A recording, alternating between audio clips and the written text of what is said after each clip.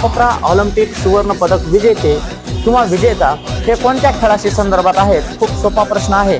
त्यावेळेसच्या सगळ्या ट्रेंडिंग न्यूजमध्ये हा प्रश्न होता.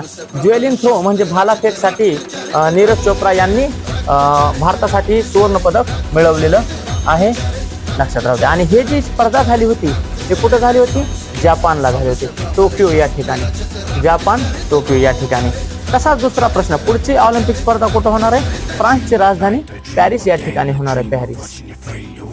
पॅरिस, लक्षात राहू द्या. नेक्स्ट क्वेश्चन, 10% आरक्षण म्हणजेच EWS, इकॉनॉमिकल विकर सेक्शन, आर्थिक दृष्ट्या दुर्बल घटक. EWS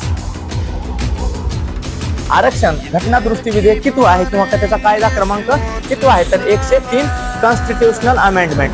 103 कॉन्स्टिट्यूशनल अमेंडमेंट म्हणजे 103वी घटनादुरुस्तीनं हे विधेयक पारित केलेले आहे. आणि आर्थिक दृष्ट्या मागास असलेल्या विद्यार्थ्यांना हे 10